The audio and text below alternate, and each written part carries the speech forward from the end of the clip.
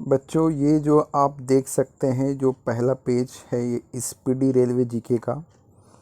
इसमें इतने सारे जो पार्ट हैं, महत्वपूर्ण जानकारी। आरआरबी प्रीवियस ईयर 1992 से 2002 को तक क्वेश्चन है। आरआरबी प्रीवियस ईयर क्वेश्चन जो 2002 से 3 तक। तो इस हर पार्ट को हम लोग इस वीडियो में डील करेंगे। एक वीडियो में पूरा ये टोटल पार्ट होगा। उसके बाद प्रीवियस ईयर क्वेश्चन के बाद आप एक स्पेशली इतिहास के बारे में है, भूगोल के बारे में है, राज्य व्यवस्था के बारे में, विज्ञान के बारे में, अर्थव्यवस्था के बारे में है। उसके साथ साथ मॉडल सेट है, एक से लेकर आपका 60 टेस्ट है, यहाँ पर देख सकते हैं। तो ये सभी और लास्ट में ज्ञान संग्रह। जैसे कि आप बुक लेते हैं स्पीडी जीके का, तो इसका प्राइस आपको 280 रुपीज़ पड़ता है। और ये डिपेंड करता है जगह जगह जहाँ पर आप रहते हैं वहाँ पर वेरी करता है। तो आपको बुक लेने की कोई ज़रूरत नहीं है। अगर आप ये इस एक वीडियो को, टोटल वीडियो को अगर आप देख लीजिएगा तो आपका पूरा स्पीडी क्लियर हो जाएगा। और आप इस वीडियो को सोते समय भी, जैसे सपोज मान लीजिए जस्ट आपको ऑडियो देखना, आप ऑडियो देखकर भी इसको सुन सकते हैं। तो चलिए शुरू करते हैं सबसे पहले महत्वपूर्ण जानकारी से। तो महत्वपूर्ण जानकारी में क्या आप देख लीजिए, इस चीज़ को हम जूम कर आपको दिखाएंगे। तो सबसे पहले हम लोग यहाँ से देखेंगे, तो इसको पढ़ते जाते हैं फटाफट कर। देखिए, भारतीय जो रेल अमेरिका, रूस, चीन के बाद विश्व का चौथा सबसे बड़ा रेल नेटवर्क है। भारतीय रेल का मूल मंत्र है वो सुरक्षा, संरक्षा एवं समय पालन है। भारत में सबसे पहले की जो रेल की शुरुआत हुई थी वो 16 अप्रैल 1853 ईस्वी में मुंबई से ठाणे के बीच में लॉर्ड डलहौजी के शासनकाल में चली थी, जिसका उस ट्रेन का नाम था ब्लैक ब्यूटी। देश में सबसे पहली जो विद्युत रेल चली थी वो 3 फरवरी 1925 को चली थी। मुंबई ब्यूटी से कुर्ला के बीच में चलाई गई थी। डेक्कन क्वीन जो है बिजली चलित उसका पहला ट्रेन का नाम था। भारत में रेलवे एक्ट हुआ था, वो हुआ था 1890 में। रेलवे भारत का सबसे बड़ा नियोक्ता संस्थान है।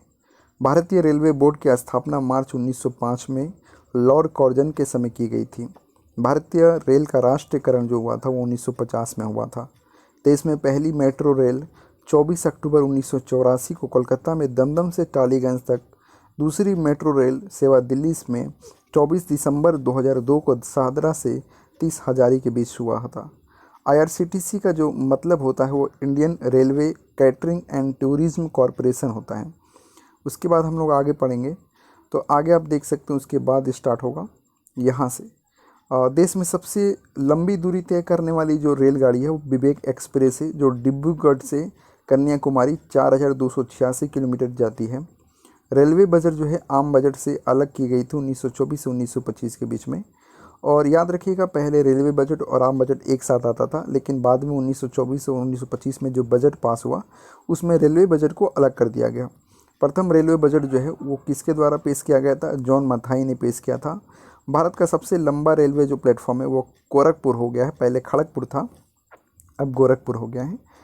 1366.33 मीटर है। सबसे लंबी जो रेल सुरंग है वो पीरपंजाल या वनिहाल रेल सुरंग जो जम्मू कश्मीर में है। इसकी लंबाई है 11 किलोमीटर, 11.215 किलोमीटर। ठीक है। भारत का सबसे बड़ा रेलवे यार्ड जो है मुगल सराय है, जो पूर्व मध्य रेलवे में है। भारतीय रेलवे का राष्ट्रीय रेल संग्रह नई दिल्ली तथा क्षेत्रीय रेल संग्रह मैसूर में है। भारत की पहली मोनो रेल जो है मुंबई में 1 फरवरी 2014 को प्रारंभ हुई थी। भारतीय रेलवे में 69 डिवीज़न है। भारतीय रेलवे को 117 जोनों में बांटा गया है। रेलवे में भर्ती के लिए 21 रेलवे भर्ती बोर्ड है। भारतीय रेलवे के प्रतीक लोगों में 17 तारे हैं। रेल शताब्दी समारोह 1953 में शुरू हुआ था। 16 अप्रैल को रेल दिवस तथा 10 से 16 अप्रैल को रेल सप्ताह के रूप में मनाया जाता है। भारत में सिर्फ महिलाओं के लिए एकमात्र ट्रेन मुंबई के चर्च गेट से बोरीवली तक चलती है।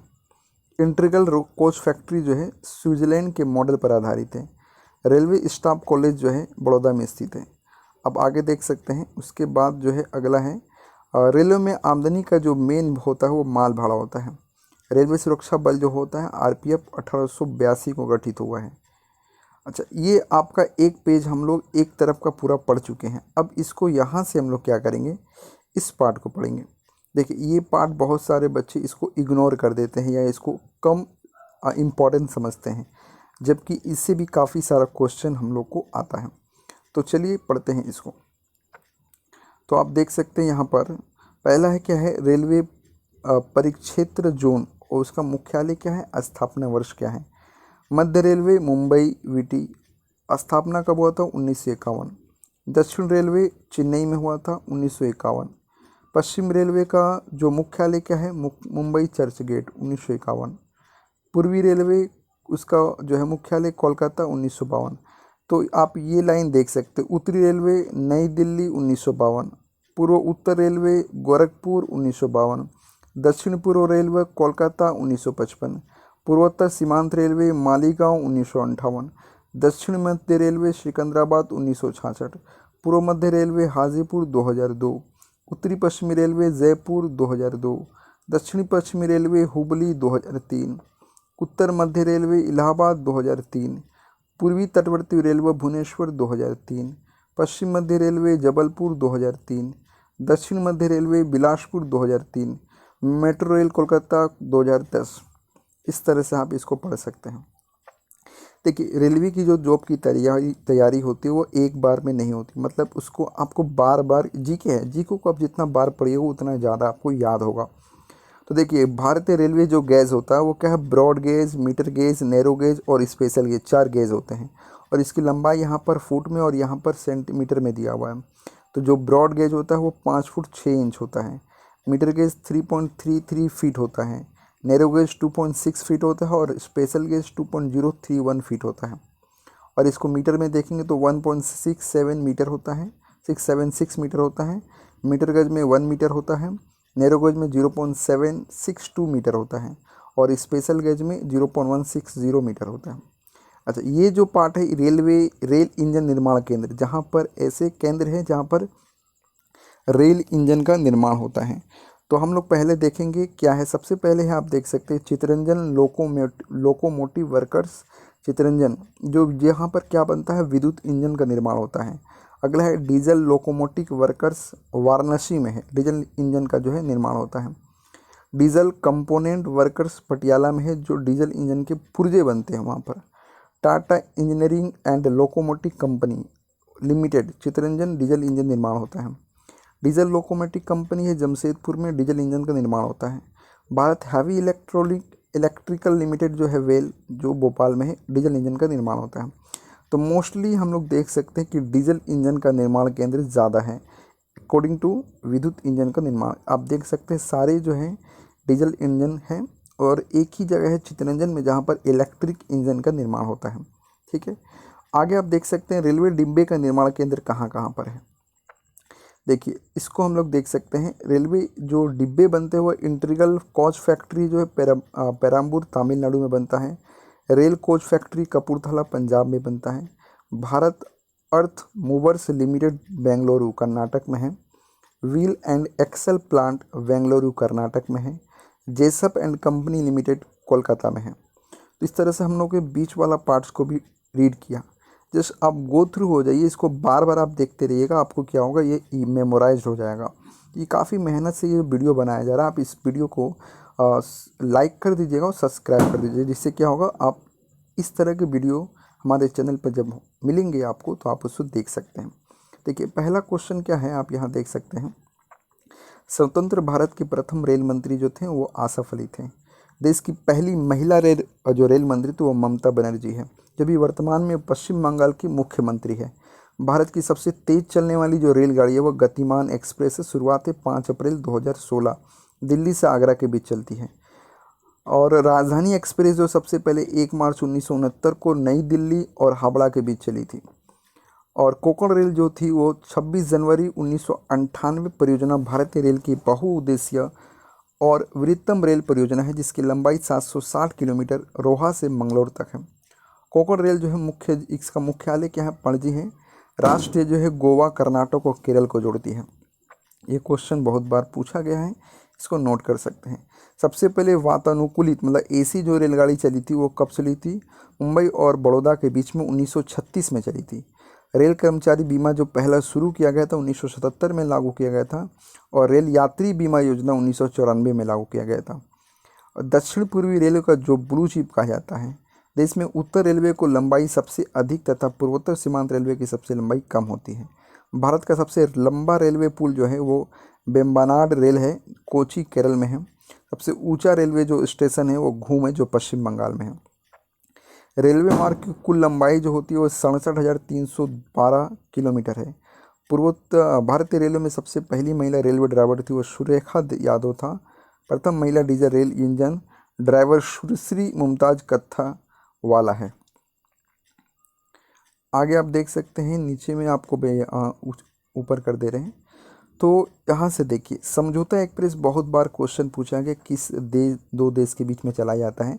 तो आंसर याद रखिएगा, भारत और पाकिस्तान के बीच में समझौता एक्सप्रेस चलता है, और बांग्लादेश के बीच में हम चलाते हैं मैत्री एक्सप्रेस, भारत और बांग्लादेश के बीच में चलती है। रेल दुर्घटना जो हुई थी, सबसे पहला जो हुआ था वो 25 जनवरी 1869 को हुआ था। भोड़घाट एक जगह है, पूना और मुंबई के बीच में पड़ता है। रेल दुर्घटना के कारण इस्तीफा देने वाले जो पहले प्रधानमंत्री जो थे वो लाल बहादुर शास्त्री थे। देश का सबसे पुराना भाप इंजन जो है उसका नाम है फेरी क्वीन, जिसका निर्माण हुआ था 1855 में। जॉर्ज स्टीफेंस रेलवे का पितामह कहलाते हैं। शयनयान रेलवे डब्बे में कुल आपका जो है 72 से 78 बर्थ होते हैं। पहला प्लेटफॉर्म टिकट जो लाहौर में जारी हुआ था। रेल में सबसे पहले कंप्यूटरीकृत यात्री आरक्षण व्यवस्था जो है 15 नवंबर 1985 को नई दिल्ली में हुआ। भारतीय रेलवे में सर्वप्रथम तत्काल आरक्षण सेवा 20 दिसंबर 1997 को प्रारंभ हुआ। पहली एसी डबल डेकर ट्रेन जो है 1 अक्टूबर 2011 को हावड़ा धनबाद के बीच चली थी। और विश्व में प्रथम रेल इंग्लैंड में 27 दिसंबर 1825 को स्टॉकटन से डालीगटन चली थी। विश्व का सबसे बड़ा रेल मार्ग जो है ट्रांस साइबेरियन लेनिनग्राड से व्लादिवोस्टॉक तक रूस में है। विश्व का सबसे पुराना रेलवे स्टेशन जो है लिवरपूल है। विश्व की सबसे बड़ी रेल सुरंग शिकन जापान में है।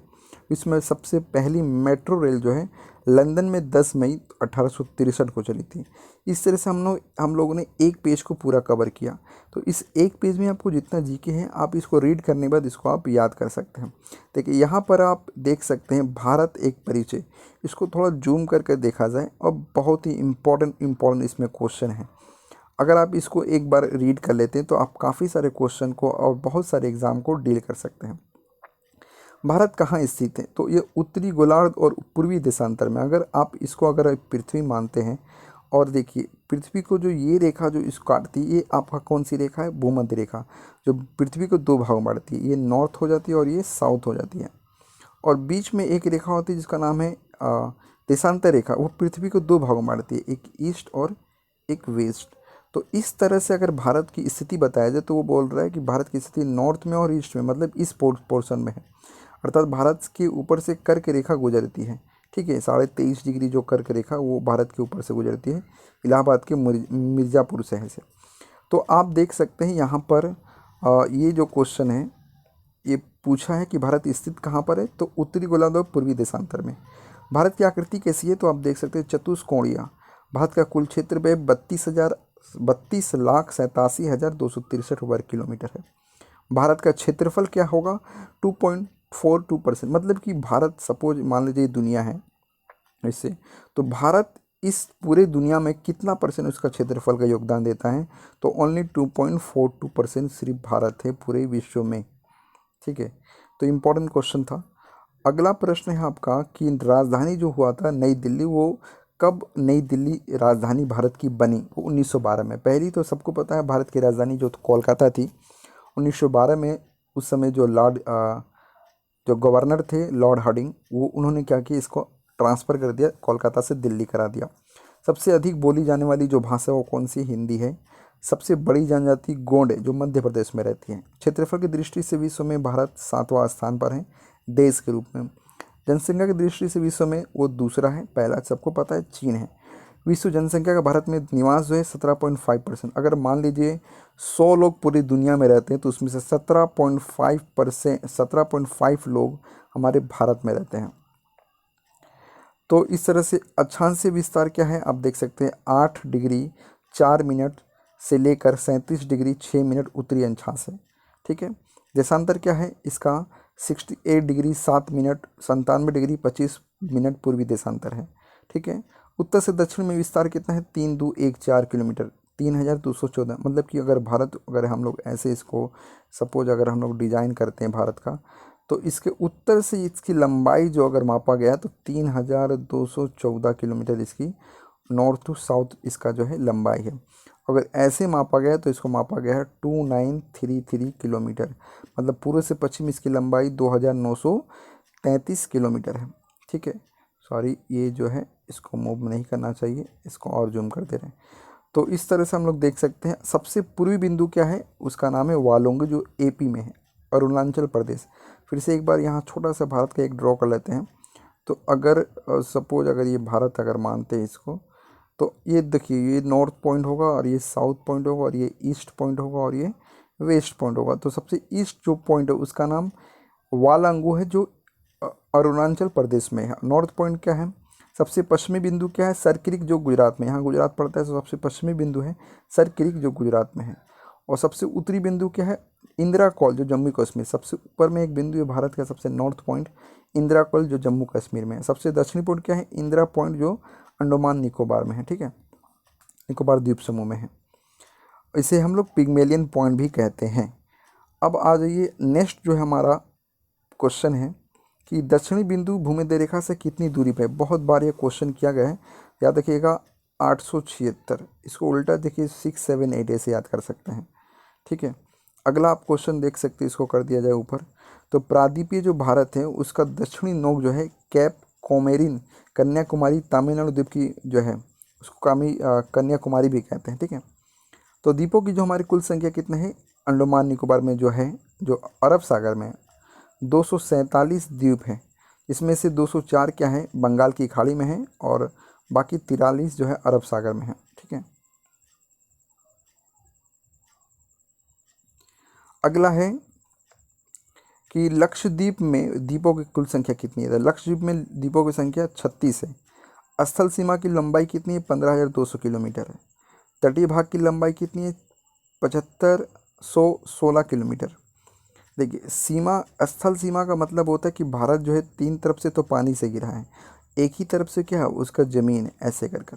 तो ये जो इसकी लंबाई है 15,200 किलोमीटर, याद रखिएगा। स्थल की जो लंबाई है 15,200 है और बाकी जो तटीय भाग की मतलब ये भाग की जो लंबाई है वो है आपका 7,516.5 किलोमीटर, ये तटीय भाग की लंबाई है। मुख्य भूमि के तटीय भाग की लंबाई कितना है, 6,100 किलोमीटर। ठीक है। अब आ जाइए भारत का जो मानक समय है वो क्या है, 22.5 डिग्री पूर्वी देशांतर रेल इलाहाबाद की मिर्ज़ापुर शहर से गुजरता है। जो मानक समय स्टैंडर्ड IST कहते हैं, इंडिया स्टैंडर्ड टाइम, जो 22.5 डिग्री है, याद रखिएगा इस बात को, जो इलाहाबाद की मिर्ज़ापुर से गुजरती है। अच्छा, 22.5 डिग्री जो पूर्वी देशांतर वो है 5 राज्यों से होकर गुजरती है। भारत का जो मानक समय वो 5 घंटा 30 मिनट आगे है। ठीक है। किससे, ग्रीनविच के समय से। राज्यों की कुल संख्या भारत में है 29 है। केंद्र शासित में है हमारे पास 7 राज्य हैं।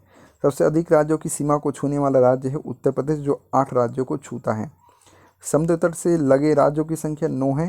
हिमालय को छूने वाले राज्यों की संख्या 10 है। भारत की पारदर्शिक जल सीमा जो है 12 समुद्री मील है। एक समुद्री मील किसके बराबर होता है, 1852 किलोमीटर। भारत के मध्य से गुजरने वाली जो रेखा है वह कर्क रेखा होती है, जो 8 राज्यों से छूकर गुजरती है। अब इस 8 राज्यों का नाम आपको याद होना चाहिए, बहुत इंपॉर्टेंट है। ठीक है। तो इसको देख लीजिएगा, इसका शॉर्ट फॉर्म भी आपको यहाँ पर मैं बता दे रहा हूँ। ये आपका गरम, इसका शॉर्ट फॉर्म देखिए, ग से गुजरात, म से मध्य प्रदेश, गरम, छज्जा, छज्जा का मतलब हुआ छ से छत्तीसगढ़ और झ से झारखंड, गरम छज्जा। सर पर, स से आपका होगा, स से आपका होगा गरम छज्जा, गरम, ग से गुजरात, ज से म से मध्य प्रदेश, छत्तीसगढ़, झारखंड, और उसके बाद आपका राजस्थान, स से जो है छत्तीसगढ़, झारखंड। अच्छा सर, पश्चिम बंगाल, उसके त्रिपुरा और मिज़ोरम। ठीक है, तो इस तरह से 8 राज्य आप देख लीजिए, इसके नाम जो है 8 राज्य हैं जो आपको याद रखना होगा। अगला क्या है, आप क्वेश्चन देख सकते हैं, सबसे नगर जैसा जो राज्य है, नगरीकृत राज्य गोवा है। न्यूनतम नगरीकृत राज्य में हिमाचल प्रदेश होगा। सबसे अधिक वन जो है वो मध्य प्रदेश में है। सबसे न्यूनतम वन है हरियाणा में। सबसे अधिक वर्षा होती है मौसिनराम मेघालय में है। सबसे कम वर्षा होती है लद्दाख में, कश्मीर में है। सबसे प्राचीन पर्वत है अरावली पर्वत जो राजस्थान में है। सबसे नवीन पर्वत है हिमालय जो वो एक कौन सा पर्वत है, फोल्ड माउंटेन कहलाता है, वलित पर्वत। भारत का सबसे अधिक पूर्वी भाग जो है अरुणाचल, जिसका पुराना नाम क्या है, नेफा। ये बहुत बार क्वेश्चन पूछा गया कि नेफा कौन से राज्य में पड़ता है। अरुणाचल प्रदेश सबसे पूर्वी भाग कहलाता है। इस तरह से हमने सेकेंड पार्ट का लेफ्ट पार्ट पढ़ लिया। अब यहाँ देख सकते हैं जनगणना जो है 2011 की, इसमें पूरी जनगणना के बारे में बताई गई है, तो आप इसको नोट करिए और नोट क्या इसको आप देख लीजिए। ठीक है, तो इस तरह से हम लोग देखिए, भारत में पहली जनगणना की शुरुआत हुआ था 1872 में लॉर्ड मेयो के कार्यकाल में। देश में नियमित जनगणना की शुरुआत हुई 1881 में। स्वतंत्र भारत की पहली जनगणना 1951 में। जनगणना का महाविभाजक वर्ष जो 1921 में हुआ था। जनगणना का लघु विभाजक वर्ष 1951 में। जनगणना की अवधि जो है प्रत्येक 10 साल पर होती है। जनगणना का संख्या का अध्ययन कहलाता है डेमोग्राफी। 2011 की जनगणना का क्रम जो है देश की 15वीं तथा स्वतंत्र भारत की 7वीं था। 2011 की जनगणना का आदर्श जो है वाक्य हमारी जनगणना हमारा भविष्य। कुल इसमें 29 प्रश्न थे। जनगणना का शुभांकक जो हुआ था प्रगणक शिक्षिका था। प्रथम जनगणना कमिश्नर था डब्ल्यू प्लाडेन। स्वतंत्र भारत के प्रथम जनगणना आयुक्त थे R.A. गोपालास्वामी। वर्तमान जनगणना आयुक्त था शैलेश। पहली बार जाति आधारित जनगणना हुआ था 1931 में।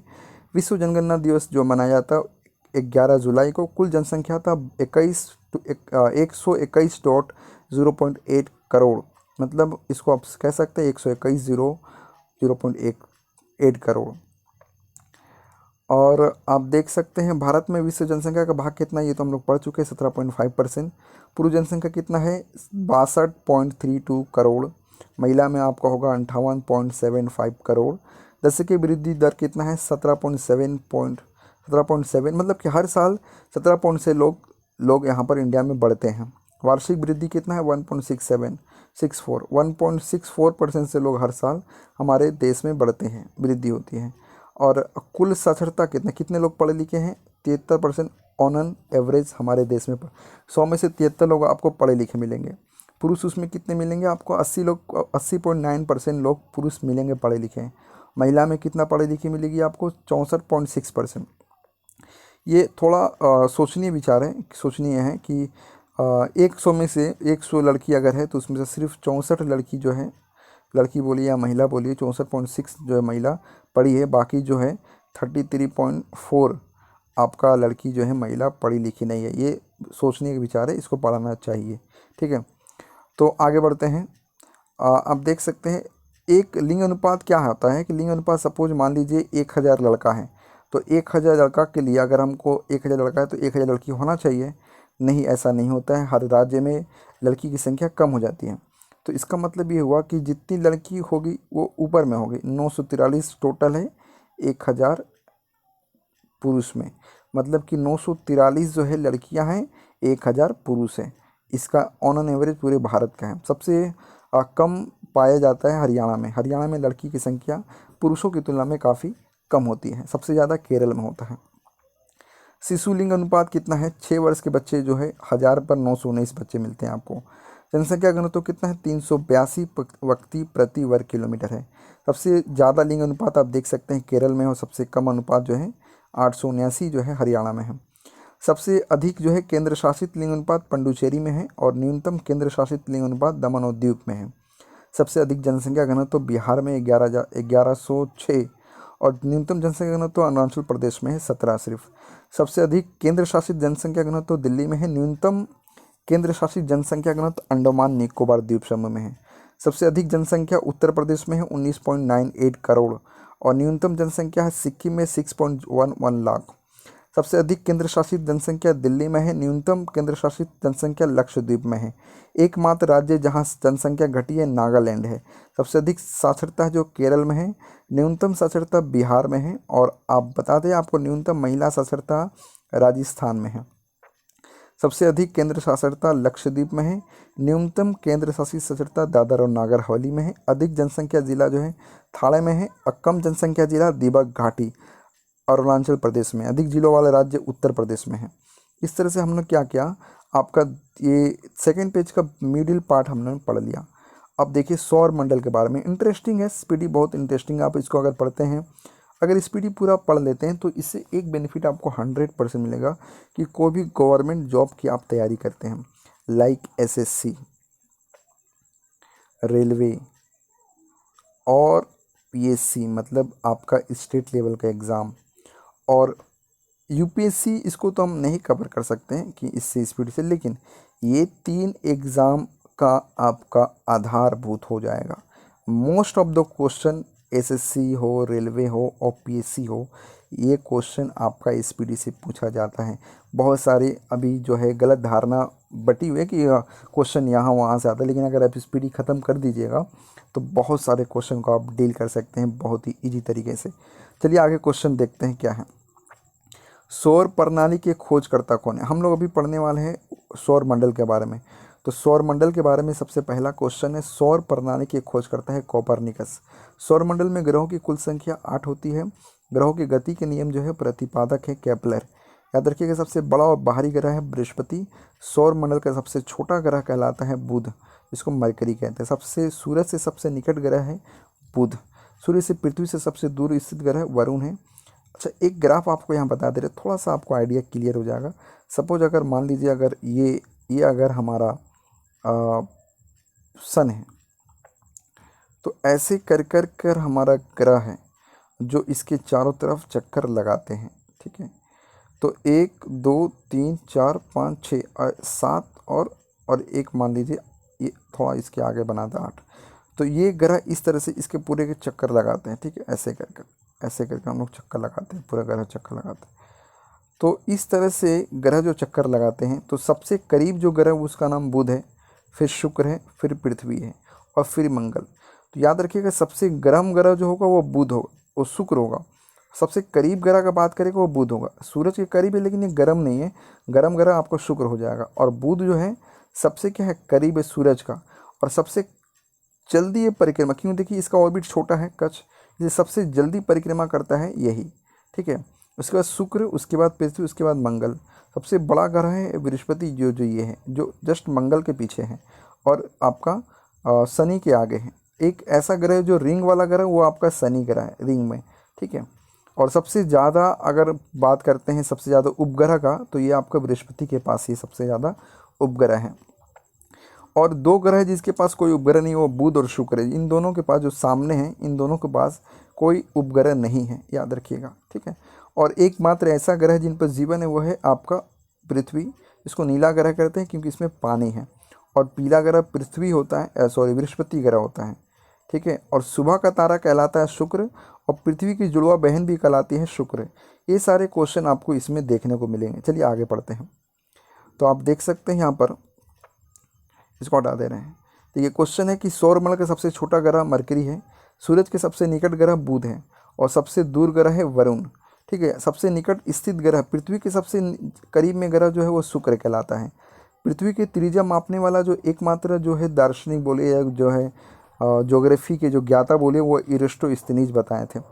पृथ्वी के पड़ोसी ग्रह कौन कौन है, और शुक्र और मंगल। आप देख सकते थे सामने में शुक्र था, पीछे में मंगल था, तो इस तरह से वो पड़ोसी ग्रह हो गए। पृथ्वी का उपग्रह कहलाता है चंद्रमा, जिसको जीवाश्म ग्रह भी कहते हैं। पृथ्वी का निकटतम जो था वो आपका सूर्य था। पृथ्वी का निकटतम तारा सूर्य है। सूर्य एक तारा है, पृथ्वी के करीब में इसे सूर्य एक तारा कहा गया, निकटतम तारा। सूर्य का निकटतम तारा कहलाता है प्रॉक्सिमा सेंचुरी, सबसे अधिक चमकीला ग्रह कहलाता है शुक्र। और गर्म, देखिए यहाँ आप देख सकते हैं गर्म ग्रह शुक्र। मैंने अभी बताया जस्ट पृथ्वी के सबसे करीब में बुध है, लेकिन वो गर्म नहीं है। सबसे गर्म में आपका शुक्र कहलाता है, ठीक है। सबसे ठंडा ग्रह में आपका वरुण होगा, सबसे दूर होता है सूरज से। सबसे अधिक उपग्रह वाला ग्रह है बृहस्पति, जो 67 उपग्रह हैं। मतलब कि हमारे पृथ्वी के पास एक चांद है, वैसे ही अगर बृहस्पति पास आप देखिएगा तो 67 वहाँ पर चांद उपग्रह मिलेंगे। बिना उपग्रह वाला कौन कौन सा है, अभी अब मैंने बताया बुध और शुक्र बिना उपग्रह वाला ग्रह है। लाल तथा हरा ग्रह कौन है, लाल है मंगल और हरा वरुण है। पीला तथा नीला, बृहस्पति को पीला ग्रह और धरती को पृथ्वी को आप नीला ग्रह कहते हैं। लेटा हुआ ग्रह है अरुण, यूरेनस। सबसे अधिक गैसों से घिरा हुआ है अरुण, यूरेनस। सबसे कम घनत्व वाला ग्रह शनि है। पृथ्वी की बहन कौन कहलाती है, जुड़वा ग्रह शुक्र। भोर या सांझ का तारा कौन कहलाता है, शुक्र, अभी मैंने बताया था। सबसे बड़ा उपग्रह कौन है, गैनीमेड, जो बृहस्पति का उपग्रह है। सबसे छोटा उपग्रह कौन है, डिमोस। फोबस और डिमोस किसके उपग्रह, मंगल के। तो इस तरह से हम लोग इसको आगे पढ़ा और आगे देखते हैं। और शनि का सबसे बड़ा ग्रह है टाइटन। वलय छल्ला जो है वो शनि ग्रह में मिलता है, जिसकी संख्या कितनी होती है, 7 होती है। शनि के रिंग्स की खोजकर्ता गैलीलियो ने किया था। सबसे तेज और सबसे धीमी गति से घूर्णन करने वाला ग्रह है। सबसे तेज करता है बुध और सबसे धीरे करता है शुक्र, याद रखिएगा। पृथ्वी के विपरीत दिशा में पूरब से पश्चिम चक्कर लगाने वाला ग्रह है शुक्र और वरुण। सबसे चमकीला ग्रह तारा साइरस तारा है, डॉग स्टार कहते हैं। पृथ्वी से सबसे निकट तारे का प्रकाश जो है पृथ्वी पर कब पहुंचता है, 4.2 वर्ष लग जाता है पृथ्वी के सबसे नज़दीकी तारा का प्रकाश पृथ्वी तक पहुंचने में। सूर्य के जो तापमान कितना है, 15 बिलियन डिग्री सेंटीग्रेड। ये केंद्र का तापमान है। सपोज अगर ये सूरज है तो उसका जो सेंटर का जो टेम्परेचर वो है 15 बिलियन डिग्री सेंटीग्रेड। और ऊपर का जो लेवल, जो सतह बोल सकते हो, इसका टेम्परेचर है 6000 डिग्री सेंटीग्रेड। मतलब कि लोहा लगभग 5000 डिग्री पर वो पिघल जाता है। तो अगर यहाँ पर अगर जस्ट इसके करीब अगर हम लोग पहुँचे तो लोहा पिघल जाएगा। और सेंटर में तो आप देख ही सकते हैं 15 बिलियन डिग्री सेंटीग्रेड है। सूर्य की सबसे बाहरी परत क्या कहलाती है, किरोट या कोरोना कहते हैं। सूर्य की दीप्तिमान सतह कहलाती है प्रकाश मंडल। सूर्य का घटक होता है हाइड्रोजन और हीलियम। सूर्य दो ही चीज़ से मिलकर बना होता है, एक ये हाइड्रोजन और एक होता है हीलियम, याद रखिएगा, ठीक है। और सूर्य की ऊर्जा का स्रोत है नाभिकीय संलयन। ऊर्जा का स्रोत का मतलब होता है कि सूरज में हर सेकंड में लाखों विस्फोट होते हैं, अर्थात वहाँ पर एक क्रिया होती है जिसका नाम है फिजन, जिसको नाभिकीय संलयन कहते हैं। सूर्य तथा चंद्रमा के प्रकाश को पृथ्वी पर पहुंचने में लगा समय कितना होता है, सूर्य से आने में लगता है 8.3 मिनट, लगभग 500 सेकेंड। और इसका लगता है 1.3 सेकेंड, याद रखिएगा। और भू स्थिर पृथ्वी जो उपग्रहों की जो ऊंचाई होती है 36,000, ये बहुत इंपॉर्टेंट है, 36,000 किलोमीटर। मतलब कि ये सपोज ये मान लीजिए पृथ्वी है, तो पृथ्वी के 36,000 किलोमीटर की ऊंचाई पर एक ऐसा सेटेलाइट बनाया गया है जो पृथ्वी के जिस डायरेक्शन, जैसे पृथ्वी जिस स्पीड से वो घूम रही है वो भी उसी स्पीड से पृथ्वी का चक्कर लगाता है। दैट इज़ कॉल्ड भू स्थिर उपग्रह। मतलब कि अगर सपोज मान लीजिए एक बाइक है और आप बगल में बाइक उसके साथ चला रहे हैं, अगर दोनों बाइक का स्पीड अगर सेम होगा तो हम एक दूसरे के क्या है, एक दूसरे के समरूप में हम लोग स्थिर हो गए।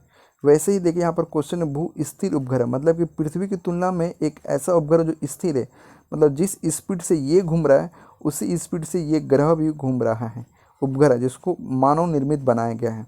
तो ये है सेटेलाइट जिसको भू स्थिर उपग्रह किया गया है।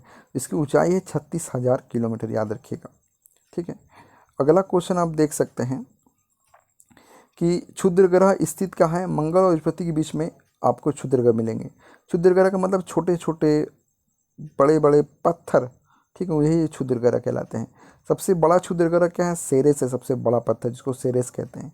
चंद्रमा पृथ्वी की एक परिक्रमा करता है 27 दिन 8 घंटा। मतलब कि अगर आप मान लीजिए अगर आपका ये अर्थ है और ये मून है, तो मून को अगर पृथ्वी का चक्कर लगाना हो तो उसका समय लगता है 27 दिन 8 घंटा में वो एक बार पूरा चक्कर पृथ्वी का लगा लेता है। अब पृथ्वी द्वारा सूरज की परिक्रमा करने में लगता है 365 दिन 6 घंटा। मतलब अगर सपोज अगर मान लीजिए ये सन है और ये पृथ्वी है, तो इसको चक्कर लगाने में लगता है 365 दिन 5-6 घंटा।